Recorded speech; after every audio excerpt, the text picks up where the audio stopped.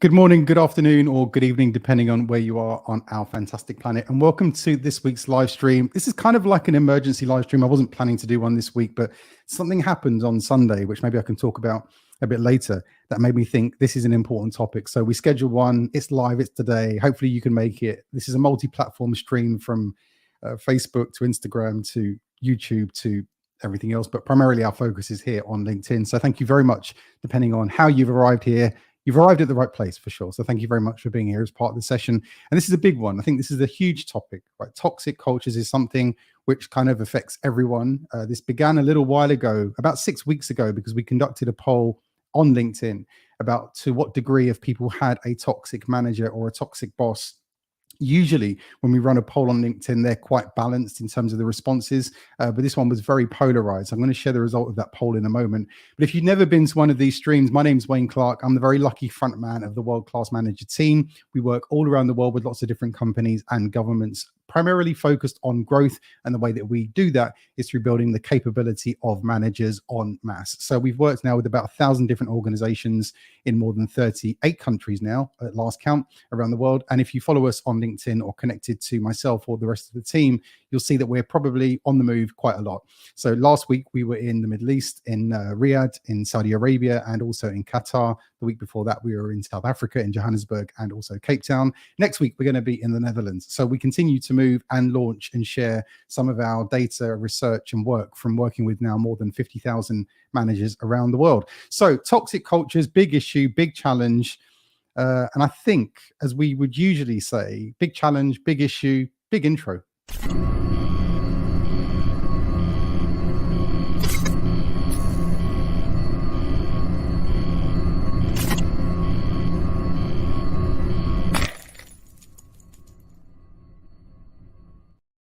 That's a special one. As we say, each week we try and make these intros bigger, flashier, better. And as well, our focus, our intent, our commitment is to try and bring you the latest, freshest insights and best practice that we can from our work now with thousands and thousands and thousands of managers all around the world. So toxic cultures, toxic managers, toxic bosses, huge area. Where do we begin? What do we focus on? Obviously, we're all limited on time as we are on this live stream. My day job is not live streaming. I'm a busy guy too, just like you. So I wanted to try and shrink wrap in a way 3 specific things which I think are important to focus on. Again, with the power of some very flashy titling, we're going to share with you the 3 titles and the 3 things we're going to focus on as part of this session, and then we will get into it.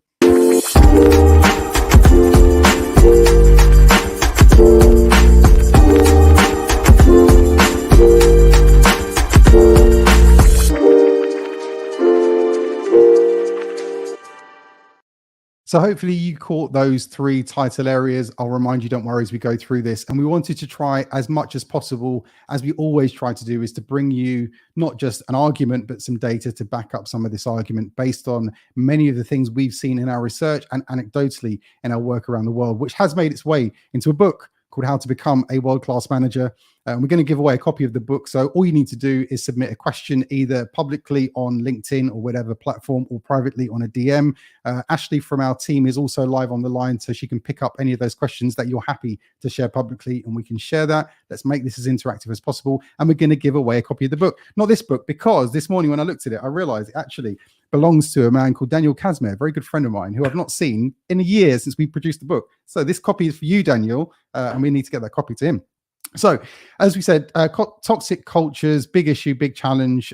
There are 3 things we wanted to focus on for this session. And before we do that, I wanted to share with you a little bit of data. So, a number of weeks ago, we conducted a poll here live on LinkedIn, asking a question, which is, lots of talk about toxicity at work. How many of us have actually had or endured a toxic boss or manager? Usually, as I said, they're quite balanced, many of the LinkedIn polls, but this one, yes, unfortunately, 91% of people responded. 91% of us have said, yes, unfortunately, we have had a toxic boss. The lucky few, 9% of people have not had a toxic manager or a toxic boss at work. And as I said, when we looked at this number, for me, it was like, what the hell? I mean, this is such a pronounced number that we wanted to do a bit more investigation to looking into this. And as I said to you, there are 3 things I wanted to bring you as part of this session that we can get into. So let's crack on, because time is short as always. So the first thing that we want to look at in terms of like how to fix this, we all agree that toxic workplaces are a thing. We all agree that we've had toxic managers, toxic bosses. If you cast your mind back in terms of your experience over the last, God knows how many years in our careers, and some longer than others, of course, I've got gray hair. But if you think about your experience over the years and think about all the bosses, all the managers you've bumped into along that journey, I'm sure you've been fortunate enough to bump into a few that have been exceptional, wonderful, world class, as we would say. And I'm sure you've bumped into a few that you don't mind not bumping into again, right? So when we look at this, there's a whole range of emotion that this evokes for us when we think about a toxic workplace, toxic boss, toxic manager.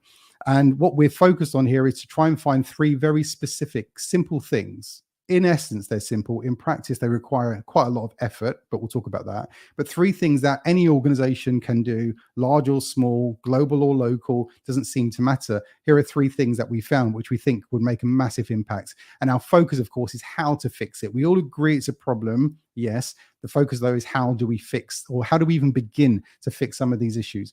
The first thing I wanted to talk about is what we call being on the same page. Now, the question or the statement that I would argue here is really important, is we want to try and get and keep as many people as possible on the same page. What we mean by this is usually what happens in organizations, in our experience, is there's a tremendous amount of misalignment of expectations, which causes people to start to act in weird ways because we're all under pressure.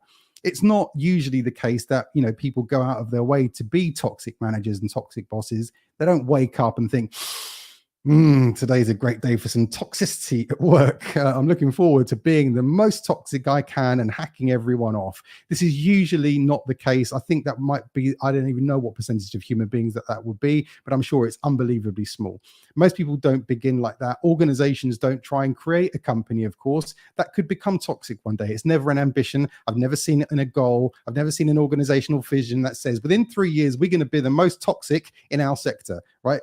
Some people manage to achieve that, but it never sets out as a stated goal, of course, right? So the challenge is that we don't set out to become this way, but often things happen. And what is it that happens? This is what we're more interested in, I guess, investigating a bit further. One of the big things in our experience is the misalignment of expectations and the fact that many people are not on the same page. So true story, big supermarket chain, I got to go and spend a little bit of time with the chief executive and the leadership team.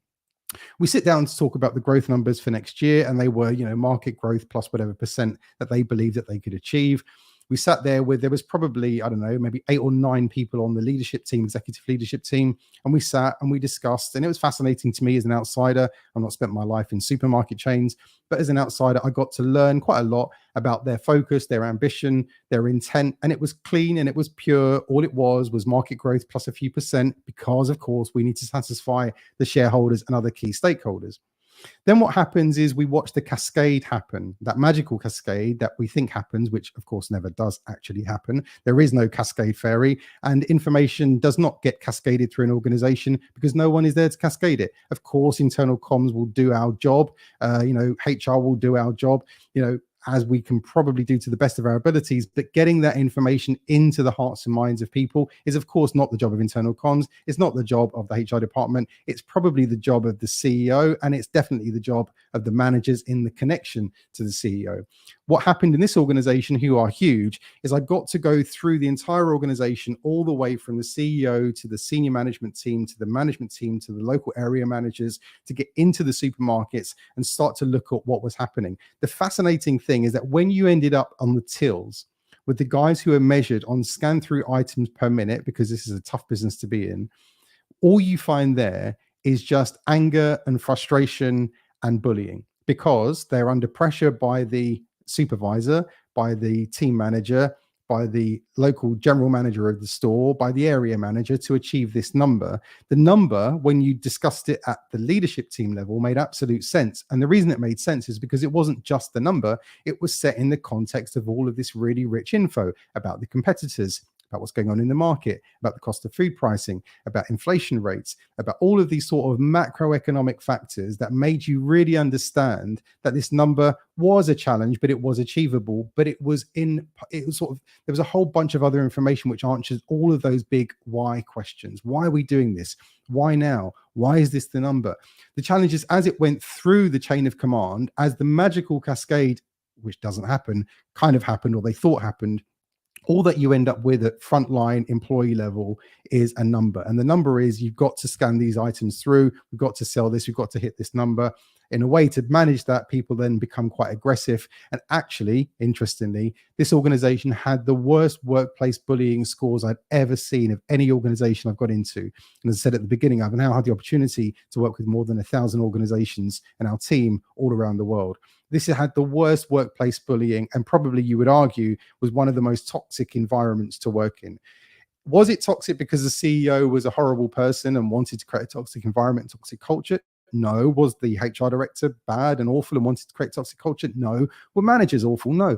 And it was interesting because when you go on a hunt like an investigator, like Quincy, to try and sort of look around the organization with your magnifying glass and find out who is the person who's causing this toxicity to happen. You're looking for this leaking barrel somewhere of toxic fluid. You don't often find it. It's hard to find, it's hard to put your finger on, but at some point something clicks, things change, the culture changes, the vibe changes. Why might that be the case? Well, because the cascade of information all the way from the leadership team of what this number was just didn't get through. So the answer to this, how do we fix this, is we've got to try and get as many people as possible on the same page. How do we do that? Well, the key, of course, is the manager. We know from our research, this number on my, this is a bad shirt choice, right? I've got a blue background here and I'm a blue shirt. Bad idea. But 42% of managers who we've surveyed, and we've surveyed now 15,500 managers who've been through our program, do not know what the goal of the organization is. 42% of managers do not know what the goal of the organization is. And I think that's best case scenario based on all of these great organizations that we've had an opportunity to look at. Plus, those companies who generally put themselves forward and are willing to invest in their managers' development are usually pretty good organizations. You don't find a real stinker of a company, a real douchebag of a manager who wants to invest in their managers' development. Not usually the case. But we found here good organizations that genuinely care about people, willing to invest, and 42% do not know what the goal of the organization is. So I would think in most other organizations, I would argue it's probably worse. So it's a significant challenge. How do we fix this? Of course, we've got to create an opportunity. And this is the most unbelievable, simple revelation as we'd seen on our journey looking at this around the world. If you think about what happened as I described the CEO interaction with the leadership team, the CEO and the leadership team got to spend the best part of probably 3 hours in that meeting discussing all of these big things. And then the final point was this discussion around the number. The number came as a result of this big, broad discussion, and it meant that you really understood the number. So you've got this beautiful shared context as a leadership team. You're on the same page. You get it. You'll walk out of the room. Everyone understands the reasons why. It probably goes a bit awry when it comes to the next level down in terms of the senior managers for all sorts of reasons. But the core of the reason why people in the leadership team understood it is because they had an opportunity to sit and discuss it. So here's the question. Can we enable our frontline managers, team supervisors, team leaders to sit for about half an hour, I think is probably all that's needed, to discuss what this target is, what the goal is, what the vision is, what the mission is, and discuss it with the team. Just talk it through as human beings normally do in conversation. Often what happens though is we might get a PowerPoint presentation, or we might get a corporate video if we're lucky, and it's usually much longer than we probably want, or we might have some other mechanism of trying to force messaging into people's hearts and minds. Doesn't work. Our realization, our understanding of the strategy, the mission, the vision, the goal came from a shared understanding, usually in dialogue and discussion with other people, which gives us our shared contextual understanding. Whew. This is a big topic. It's a big topic. So when we look at this first how-to, I believe, based on everything that we've seen, we can achieve a tremendous amount here by helping people to make sure that they are on the same page. So number one is looking at how do we get as many people as possible on the same page. Number two, which will be a contentious issue, a contentious issue for many people for all sorts of reasons, will be about the selection process here. So lots of stories here, but going back a few years, we were looking at the engagement data scores of organizations. And I was interested in at what point does the engagement data scores drop off? Because we used to think that this employment honeymoon, right? The first sort of 3 to 6 months, it tended to be, when you look at the engagement score of most employees in the first 3 to 6 months, it tends to be higher than at any other point during their tenure in the organization. So you find this sort of beautiful dip in a way. where you find for the first few moments, months, maybe even up to a year, the engagement score is not so bad. It seems to get a lot worse, and then it sort of seems to get better as time goes on. So, but that's when you zoom right out. We're on like Mercury looking at the planet Earth and the moon, right? This is a real zoomed out view. The closer you get in and start to look at the data, and I was fascinated because we managed to find a company had a huge employee workforce. So we managed to look at the data in a much more granular way. And I was more interested in at what point does the engagement score in the organization start to tail off? Because we think it's about 3 to 6 months, but all we ever really asked was about 3 to 6 month period. In this organization, we had an opportunity to look at it week by week because it was so big and the data was so good. And we were looking at the drop-off scores in engagement, and we found it to be about 7 days. So when people join the organization and we think that they've got this employment honeymoon for 3 to 6 months, I think it's an absolute fallacy. It's probably more like 7 days. I don't know if we had any more data. Would it be even shorter than that? I don't know. But it tends to be that people will make up their mind quite quickly about what this employee experience is like. Why? Because often it doesn't match what was promised. So if you think about this new evolution in employee engagement, or we call it the employee experience, we're thinking about what does it feel like in that first hour you turn up. You were promised a lot, usually by the website promises a bunch. It could be the recruitment firm that was involved promised you a lot. It could be the hiring manager in the organization also promised you a lot. Remember, we're all on our best game trying to show the organization in its best light. And often the experience on day one might not match up to that. And what we'd found is in the first 7 days is really when the engagement scores started to drop off. And at that point, people started to make their mind up of actually, I don't really want to stay here anymore. And we found this in organizations. So that's one way. That's just looking at bringing people into the organization. This other challenge of selection, of course, is how do we select the right type of people to be in the management positions? So this is an organization. I won't say where because it might even give it away when I explain it. Let's just say they've got 1,000 people. I got asked to go and sit in one of their manager team meeting sessions because one of the directors said to me, it'd be a great idea, Wayne, if you could go in, sit down and just sort of get a sense of what some of the team are up to. So I said, love to. So I went into the session and there was a lady there. She just sort of looked, she's in the sort of corner of the room, just looked totally despondent, no energy, nothing. So I was interested and I said to her, how did you become a manager here? I was trying to find the right words. How did you become a manager? And she said, I was offered a promotion on Friday and I thought I'll take it. And then they promoted me. And then on Monday, I was a manager. I said, oh, wow. And what happened between Friday to Monday in terms of the preparation that you got? And, oh, nothing really. And that was it. Low energy. Afterwards, I asked the manager, the director actually, I said, just out of interest, what's the deal? And she said to me, well, we've got some real challenges with some low energy managers. It's one of the cultural issues we're looking at. And you're thinking, I don't know about you, but you didn't need to be a genius to tell that this particular person is probably not the right type of person you want in that role to be able to fire up the team, right? Given that this organization faced a challenging moment, it needs the right people on board, the right energy level to be able to grow and further, the thing that's there to, I'm trying to keep this nondescript, the thing that it's there to do to deliver for its customers and its clients, right? And we found someone here who is totally, even to an outsider with half a brain, would look at this situation and say, that's probably not the best manager for the situation. So when we think about the selection process, often we know that you've been here longer than other people, therefore you get promoted. I had a guy once, again, 100% true story. He said to me, I promoted, I won't say his name, because he was a solid drinker. A solid drinker. I mean, this is a true story. I couldn't believe he said it. A solid drinker. I mean, maybe that is commendable if you like drinking, but I couldn't believe that someone had said that. And it's actually not that uncommon if you think of all of the weird reasons why people do get promoted. So the selection process of who do we select to be in these key roles? And the key role, of course, is being a manager, which is a frontline leadership role. When I began at Deloitte, or Arthur Andersen as it was many, many moons ago, as a new graduate, we used to look at the managers as one day. If we keep our noses clean and we work our socks off, in about 5 to sort of 7 years time, we could be considered for these management positions. And actually you wanted to get to the position of a manager for all sorts of reasons in the organization. The role of the manager was also celebrated. And I think this is something also quite interesting to think about in your culture. So, as a new graduate, I began there wanting one day to become a manager. Of course, partner was probably the dream, but we knew that that was quite far away. But immediately, sort of this short-term goal, or medium-term maybe, was to become a manager of the organization. If you think about the people in your organization, apart from the money aspect of becoming a manager, how many of your people are clambering over themselves to want to become a manager in the culture of your organization one day?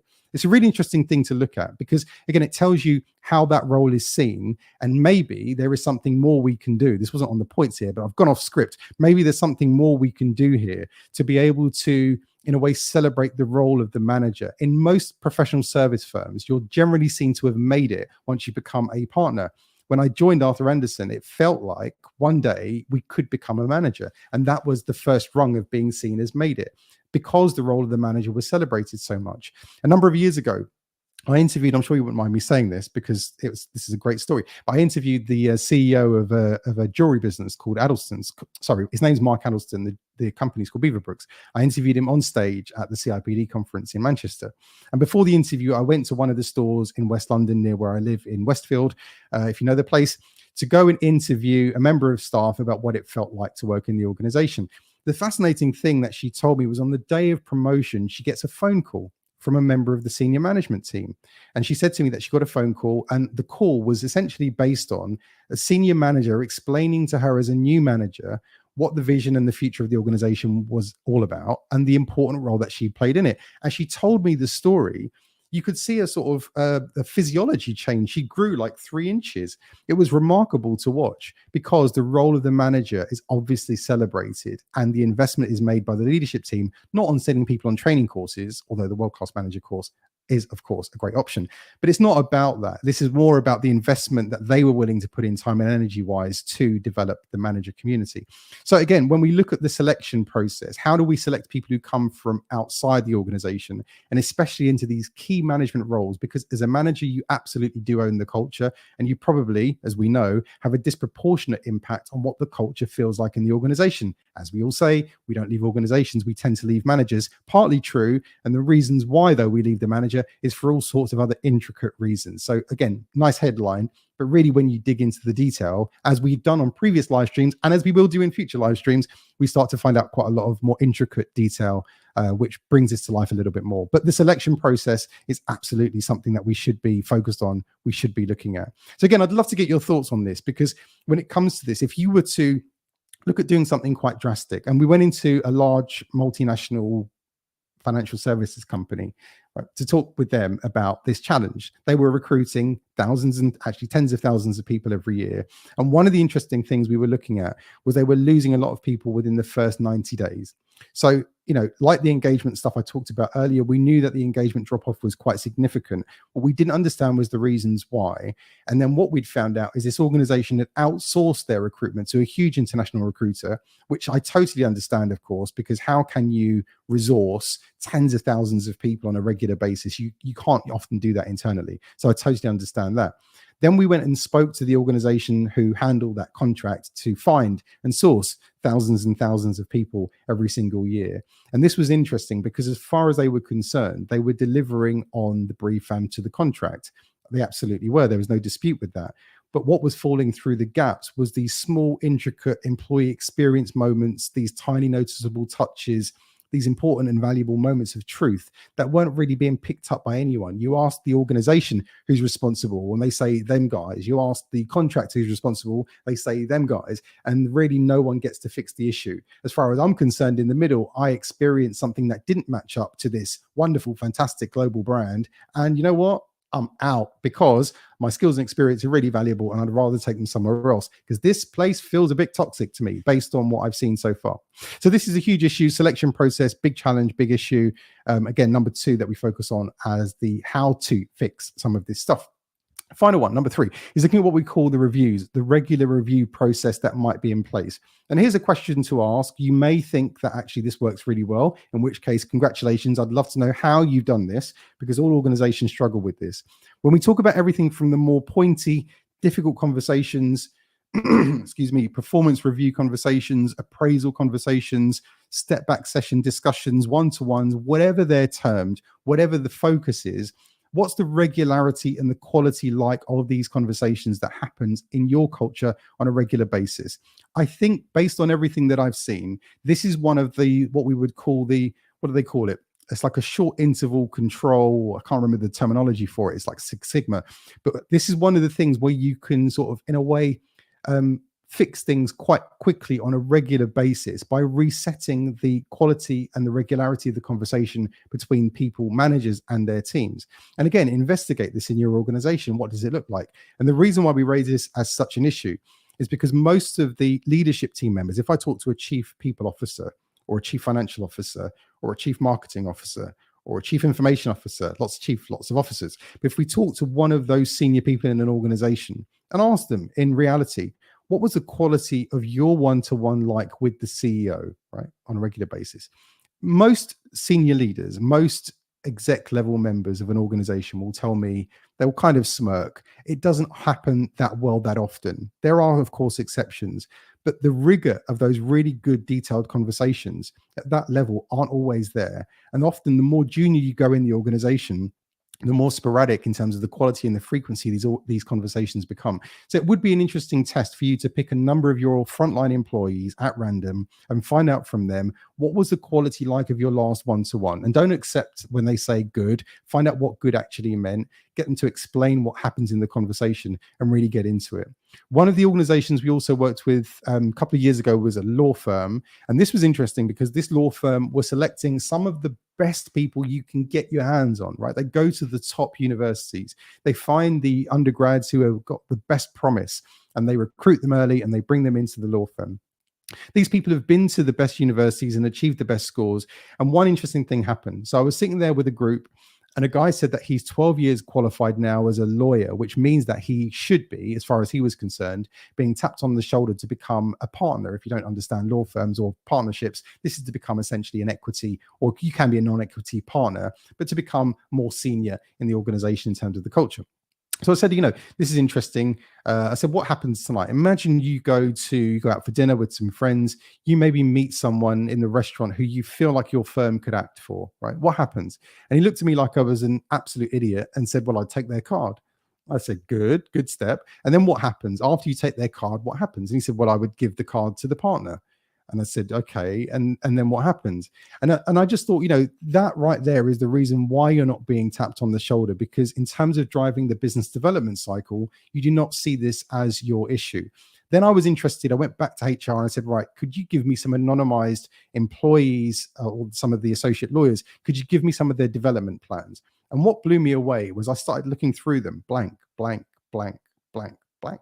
How is it possible that you take some of the most ambitious young people on the planet who've obviously overachieved since the age of 2 to get a first at the best university in the country, arguably on the planet, and they get into this organization and seem to lose their ambition? What happens in this process? If you think about what happens there, in reality, they get challenged on a regular basis to deliver a number of hours because that's the economic model and how the business operates. But in terms of a quality conversation with the line manager, it's non-existent, absolutely non-existent. So it's no surprise where you've got people on autopilot doing what they're told to do. But in terms of professional development and all the other good stuff that you would want, which ultimately, ironically, does further the growth ambitions of the organization or the firm, this is something that you want people to focus on. But in terms of good, regular quality reviews, I would be interested to think about, what does it look like in reality for most people in your organization? And I think, again, this gives us the answer of how to, right? So how do we fix this stuff? How do we fix toxic cultures? We know a lot of it is to do with these regular reviews. If you're at the more pointy end in terms of performance review, and I'm sure if you spent any time on LinkedIn, you'd have seen a million quotes on LinkedIn about things like, nothing hacks off, I'm paraphrasing here, but nothing hacks off most people than poor performance not challenged by the manager. It's one of the most destructive things in the culture you can do, because everyone else just feels like that's not being challenged. So you've got the real pointy end of the difficult conversation, managing conflict side of this scale, all the way through to a genuine pastoral, caring conversation about someone's growth and development in the organization, which is why we focus so much in terms of the regular reviews.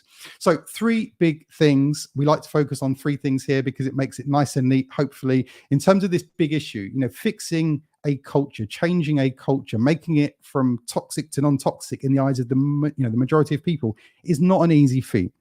If anyone tells you this can be done in a matter of months, they're lying. It takes probably a number of years to change a culture, even in a mid to medium sized organization, let alone a large multinational.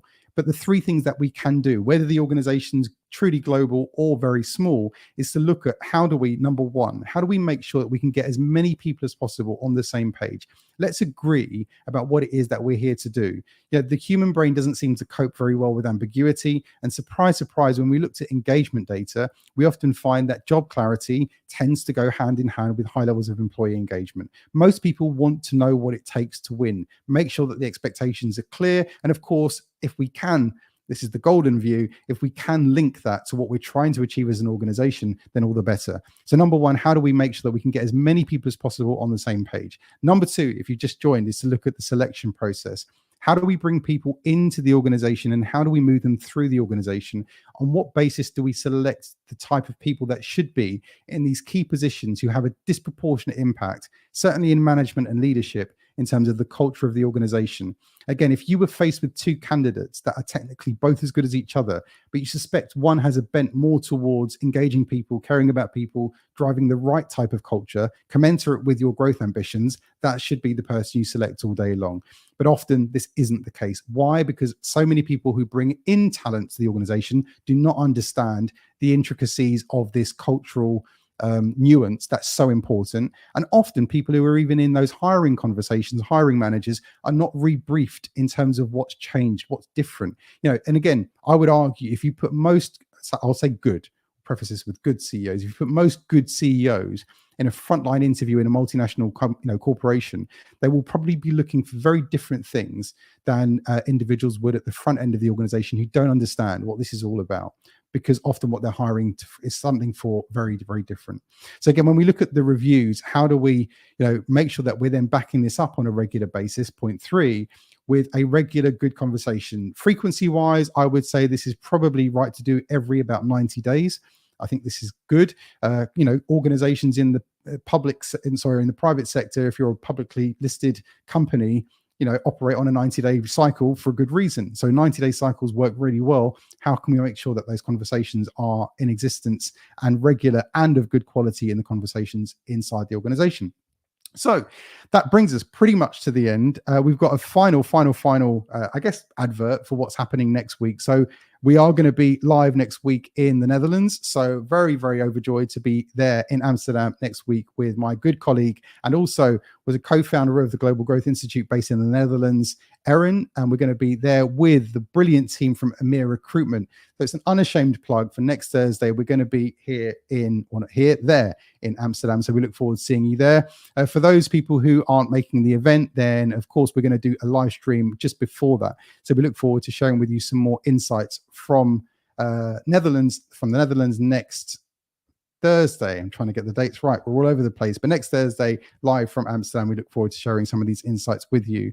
And as I said, when we really think about this challenge of how do we fix this culture? How do we change a culture which has such an impact for so many people? And I'll finish on this story. I wasn't planning to, but it just came to mind. It was a distribution business that we worked in. And there was this guy, and it always stuck with me because he reminded me of my grandfather.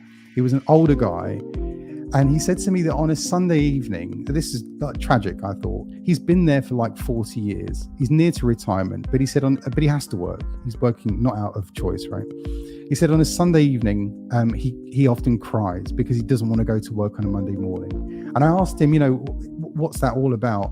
And it's because, as far as he's concerned, the culture there has changed. It's toxic. They've got some horrible bosses in place. They actually had 20, would you believe this? They had 20 different team managers in about 18 months. It got to the extent where the team were making money running a gambling book on how long these new managers were going to stay. So there were some systemic issues at play here in the organization. But the outcome is that this really affects human beings' lives in such an unbelievably impactful way, in a horrible way in many cases. And to watch a guy who was, near retirement, someone who reminded me of my grandfather crying his eyes out in front of me about the fact that he cries most Sundays about going into work on a Monday. And he's a hardworking guy who wants to do his best, but the organization doesn't make it easy for that to happen. So when we think about these toxic cultures, toxic workplaces, the real effect, of course, and they're nice titles to use, is the real effect is, of course, on our lives, on our well-being, on our mental health, on all these things which we think, of course, is so important, and quite rightly so. And the way that we fix this, of course, is there are some quite simple things that we can do. As I said at the beginning, they're simple in principle. In practice, they require rigor, they require quite a lot of discipline, and they require quite a lot of effort on the part of the senior leadership team of the organization. So again, how do we make sure that we can try and build our argument? Last week in the live stream from, where was I? I was in London. I was meant to be in Riyadh, but last week's live stream, I talked about this thing we call building robust business cases for change, or BRBK as an acronym. Really catchy, right? But building robust business cases for change as the acronym. The idea here is we wanted to try and give you as much insight as possible based on what we've seen, and also to sort of layer on top of that some data that can be used as part of this process to build a truly robust business case for change. So thank you so much for joining this week's live stream. Next week, we're going to be live from the Netherlands as part of our launch session there. And also we're going to be sharing some insight and data called The Manager's Voice with EMEA Recruitment live in Amsterdam, and we'll also be on a live stream probably before that as well, but we're going to share the details. Thank you so much as always for engaging with us. Whatever platform you use, however you've got here, you've arrived at the right place, and we look forward to seeing you on future live streams. Thanks so much. Bye-bye.